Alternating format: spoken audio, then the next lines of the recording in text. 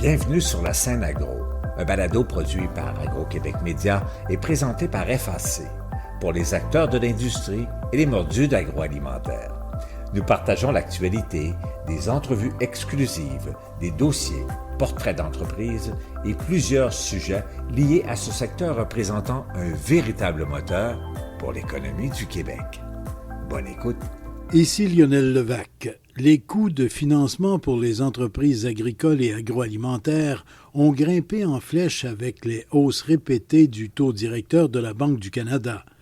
Et devant la probabilité que la situation ne s'améliore pas de sitôt, on cherche à s'en tirer le mieux possible, peut-être avec ce que l'on appelle dans les milieux financiers des produits dérivés, susceptibles de réduire sensiblement les coûts de crédit. RBC Banque Royale profitait des salons agricoles de Saint-Hyacinthe et de Québec pour proposer un produit dérivé particulier, le swap. Voici mon reportage. Les agriculteurs actuellement sont avides d'informations sur la conjoncture et les perspectives des prochains mois et prochaines années. Le monde financier scrute les moindres mouvements ou indications. On analyse tout. La géopolitique, l'état des marchés et aussi la question des changements climatiques. Fabienne Côté est vice-présidente agriculture et agroalimentaire pour le Québec chez RBC. Le Canada, en fait, c'est 190 000 exploitations agricoles. On cultive 62,2 millions d'hectares. Il n'y a pas de solution unique. Chaque ferme est différente. On ne peut pas adopter une solution qui serait bonne pour toutes. Cependant, en plus, c'est que les agriculteurs font face à un éventail de risques très importants. Il y a le contexte économique, les marges de profit sont basses, donc il faut vraiment une concertation qui soit à l'échelle du pays. En fait, on a identifié 4 items dans lesquels il va falloir se pencher. Pour la politique, on a besoin d'un programme national pour impliquer les entreprises privées. Sur le plan des technologies, on a besoin d'aide pour développer les R&D, pour réduire les émissions, parce qu'on croit que c'est vraiment là-dedans que ça va amener du succès.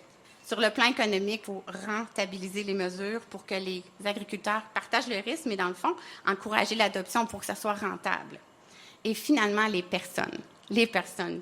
Il faut attirer des talents dans l'intelligence artificielle, dans la recherche et le développement, dans la science des données, parce que sans la collecte des données, tout ça ne peut pas être possible. Alors, voici, ce sont en fait les constats. Et en fait, ce sont vraiment des sujets qui sont de l'heure. Comme je l'ai dit, on est vraiment à un tournant. C'est un moment pas facile. On veut supporter nos clients. On veut aller vous accompagner dans vos projets. Donc, voilà. Puis, je vous invite à aller consulter les rapports. Ils sont très intéressants. Celui-là a été publié en novembre, mais depuis, on a même un autre rapport qui a été fait sur les 7 techniques d'agriculture régénératrice. Donc, dans le fond, la Banque continue de vraiment se pencher là-dessus. Bien sûr, les coûts de financement préoccupent tout le monde. On peut arriver à déjouer les taux, pour ainsi dire, avec des produits dérivés. Les produits dérivés sont la spécialité de Karen Théoret de l'équipe des marchés des capitaux RBC. Je fais pas de financement. Je fais des produits dérivés. Puis peut-être que vous connaissez un peu les produits dérivés quand je vous parle de contrats à terme sur le blé, le gaz, les contrats sur devises. Moi, aujourd'hui, je suis venue vous parler des produits dérivés de taux d'intérêt. Depuis les 15 dernières années, les taux d'intérêt ont fait que baisser. Fait que c'était pas tellement intéressant quand je faisais des présentations comme ça. Les gens, ça les intéressait plus ou moins. Mais on l'a tous vu, durant les 6-7 derniers mois, la Banque du Canada a beaucoup augmenté ses taux. Puis là, ça devient un sujet d'actualité. On peut voir que l'inflation a beaucoup monté. On l'a vu pendant la pandémie. Les chaînes d'approvisionnement étaient affectées. Ça a fait monter les prix. Puis les banques centrales n'arrêtaient pas de nous dire « Oui, mais c'est transitoire. C'est dû à la pandémie, ça va se résorber, c'est de l'inflation qui est transitoire. » Donc, ils n'ont pas monté les taux rapidement. Par contre, on se rend compte depuis les derniers mois que finalement, c'était pas transitoire. Hein, l'inflation, on dirait qu'elle est là pour durer. Ça commence à baisser. On voit que les pressions inflationnistes commencent à diminuer. À l'international aussi, le prix des intrants est plus bas. Ces pressions-là commencent à baisser beaucoup. Par contre, il reste quand même quelques pressions inflationnistes, surtout sur la nourriture. Donc, tout ce qui est alimentaire, les pressions restent là. Puis, il y a aussi une pression sur les services. Puis c'est ça qu'en ce moment que les banques centrales regardent beaucoup. Parce qu'on se dit, ben là, les banques centrales ont beaucoup monté leur taux d'intérêt. Donc, on peut voir les taux d'intérêt là, qui ont grimpé énormément. Là, on est rendu avec un taux directeur. Pendant la pandémie, on était à 0,25. Là, on est à 5. Donc, ça continue de monter. Ça devrait être la dernière hausse de taux d'intérêt de la Banque du Canada, mais on peut quand même être surpris. Pourquoi on pourrait être surpris? Parce qu'il y a encore beaucoup d'incertitudes. Quand je dis qu'il y a de l'incertitude, c'est qu'il y a encore des pressions sur les salaires. D'ailleurs, on a annoncé ce matin que le salaire minimum là, va passer, il va augmenter d'$1. Ça, c'est encore une autre pression. Tout ce qui est syndicat, renégociation salariale, si les salaires continuent de monter et que les gens continuent de consommer, on pourrait avoir une sorte de spirale inflationniste. Ça amènerait les banques centrales à garder les taux d'intérêt élevés un peu plus longtemps que prévu. Parce que là, ce qu'on entend beaucoup, c'est « Ah, les taux d'intérêt sont très, très élevés en ce moment, mais ils vont finir par rebaisser. » Ça, c'est pas juste des prévisions, c'est pricé présentement dans le marché. Tout le marché financier en ce moment là, s'attend à ce que, oui, les taux sont élevés présentement, mais ils vont finir par baisser. Par contre, comme je disais, on a encore beaucoup d'incertitudes, notamment avec la guerre en Ukraine, qui a amené un genre de petite surprise aux banquiers centraux. On s'attendait à ce que l'inflation soit transitoire. Avec la guerre en Ukraine, le prix du pétrole, etc., ça a fait une surprise, mais on pourrait quand même avoir d'autres surprises, notamment la Chine. La Chine qui avait la politique COVID-0 qui est embarrée dans les tours. Finalement, on ouvre les vannes, puis là, tout le monde peut consommer. Est-ce que la consommation de la Chine va revenir et que ça va amener encore d'autres pressions inflationnistes et que là, les banques centrales vont être obligées de nous dire « Ah, bien, on va garder les taux élevés un petit peu plus longtemps », ça pourrait être une autre surprise. Pour être honnête, personne ne le sait. Je sais qu'il y en a beaucoup d'entre vous qui aimeraient que je leur dise qu'en octobre 2023, les taux vont rebaisser, mais présentement, il n'y a aucun économiste, puis il n'y a pas personne dans le marché qui sait qu'est-ce qui va se passer. Quand je vous parle du taux court terme, est-ce qu'il y en a d'entre vous, peut-être, qui savent c'est quoi le CDOR?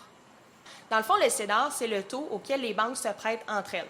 Donc, RBC, BMO, c'est le taux overnight de la Banque du Canada, le taux directeur qui est décidé par les banquiers centraux.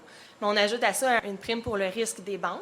Donc, c'est un taux très, très court terme. Donc, on peut faire des prêts de 30 jours ou 90 jours.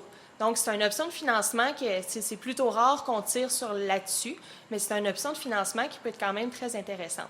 Pourquoi je vous parle du taux CDOR? C'est parce que ce taux-là, très court terme, il a beaucoup monté. C'est parce qu'il suit, veut pas, le taux directeur de la Banque du Canada. Il a beaucoup monté durant les derniers mois. Alors, on a bien compris. CDOR, taux implicites et swap. Pourquoi je vous ai parlé du CDOR? Parce que les swaps de taux d'intérêt au Canada, c'est basé sur le CDOR.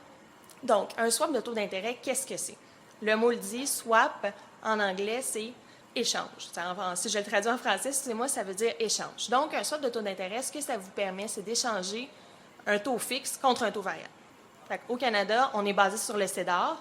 Donc, on vous dit, vous payez fixe et vous recevez CDOR. Mais pour être bien certain, j'ai reposé la question. Karen Théoret, je travaille pour la Banque Royale, marché des capitaux. Je m'occupe des produits dérivés. Vous avez parlé du swap tantôt. Est-ce que c'est faisable d'expliquer ce qu'est le swap en une minute et demie? Oui, quand même. Dans le fond, un swap de taux d'intérêt, ça vous permet d'échanger des flux fixes contre des flux variables. Donc, ce qu'on fait, c'est qu'on vient payer fixe et on reçoit le taux variable. Puis quand on vient adosser ça à un prêt sur lequel on paye un taux variable, ça nous permet de venir fixer le taux qu'on a sur notre prêt à un taux souvent beaucoup plus avantageux que sur un prêt à terme traditionnel. Donc, dans le contexte actuel de l'économie, des taux d'intérêt, etc., ça peut être avantageux. Oui, tout à fait. Là, surtout qu'en ce moment, on s'attend à ce que, le marché, en tout cas, s'attend à ce que les taux diminuent là, dans les prochaines années. Fait qu'en ce moment, venir fixer notre taux à un niveau plus bas que les taux variables actuels, c'est très intéressant. Là. Parce que des gens vont voir le réflexe à l'occasion de se sécuriser en adoptant un taux fixe. Oui, c'est ça, tout à fait. Fait que là, dans le fond, on peut dire, plutôt que d'être sur le variable, on va venir fixer notre taux. Ça nous permet aussi d'avoir une meilleure connaissance de nos cash flows, de nos budgets surtout. Fait que, en ce moment, comme le swap de taux d'intérêt, il price pas mal de baisse de taux de la Banque du Canada, ça peut devenir une belle opportunité, là.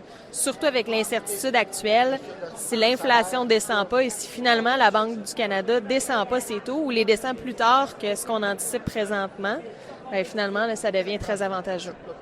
Comment on l'établit, le swap? Il faut entrer en contact avec notre équipe. C'est sûr qu'il faut mettre un peu de documentation en place. Il faut avoir une ligne de crédit parce que le swap de taux d'intérêt, ça a une valeur marchande sur les marchés. Donc, il nous faut une garantie pour ça. Mais tu sais, ce que je vous conseillerais, c'est vraiment de voir avec votre directeur de compte puis il va vous mettre en contact avec notre équipe.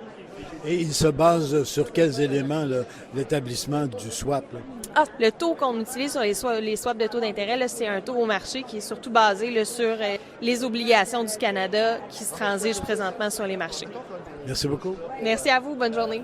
Par ailleurs, qu'il y ait forte inflation ou pas, qu'une récession pointe à l'horizon ou peut-être pas, les entreprises agricoles ou agroalimentaires sont confrontées à des situations récurrentes comme le transfert ou la vente.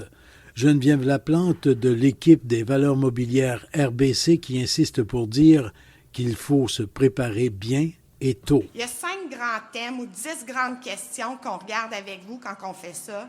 C'est quelque chose qui se prépare d'avance. C'est un long processus. Dans ce processus-là, on inclut aussi les étapes de planification de gestion de patrimoine. Le premier grand thème qu'on voit, c'est comment votre entreprise est structurée. C'est quoi la structure de rémunération, les fractionnements de revenus entre les différents membres de la famille qui font partie de l'entreprise, puis comment cela va l'affecter à long terme. Ensuite, c'est quoi la valeur de votre entreprise? Avez-vous déjà pris le temps de l'évaluer? Nous, on a des experts chez nous qui peuvent vous aider à évaluer votre entreprise. Qu'est-ce qui arrive s'il y a une tragédie? Un accident peut arriver n'importe quand. Êtes-vous protégé en cas d'accident? Les divorces peuvent aussi créer des impacts fiscaux, peuvent créer des changements dans vos plans. C'est toutes des choses qu'il faut prévoir, qu'il faut analyser, qu'il faut regarder. Que ce soit votre divorce à vous, mais le divorce à la prochaine génération. Peu importe. C'est toutes des choses, tous des points qu'on va regarder avec vous. C'est toutes des questions que vous pouvez commencer à réfléchir de votre côté. C'est quoi vos options de sortie? Comment on sort de cette entreprise-là? C'est quoi les différentes stratégies? Comment on la vend? Comment on forme la relève? C'est nos enfants, comment ils vont la reprendre, cette entreprise-là? Quelle place qu'on leur laisse aussi? Comment on fait pour leur donner les règnes? Si vous-même, vous avez repris l'entreprise de vos parents, est-ce que vous la gérez comme vos parents ont géré cette entreprise-là? Ou vous la gérez à votre façon? Mais probablement que vos enfants aussi ont leur façon de vouloir la gérer à leur propre façon. Puis pour avoir du succès, il faut leur laisser leur place, puis leur laisser du leadership. Après des présentations aussi sérieuses, un échange un peu plus léger. Quoique ce soit du très sérieux pour le champion patineur de vitesse Antoine Gélina Beaulieu, qui aborde la dureté du mental. Vous autres, la dureté du mental, qu'est-ce que ça vous inspire? Dans le fond, pour moi, en tant qu'athlète, là, la dureté du mental, ça a tout le temps été de la résilience, passer à travers des bouts difficiles, vraiment être quelqu'un qui, peu importe ce qui se passe, des obstacles, ben il fonce, puis il va. Puis moi, ça a tout le temps été ça, la dureté du mental. Ici Lionel Levac. À bientôt. Vous avez aimé ce contenu? Suivez la scène agro pour rester à l'affût de l'actualité agroalimentaire. Merci et à bientôt.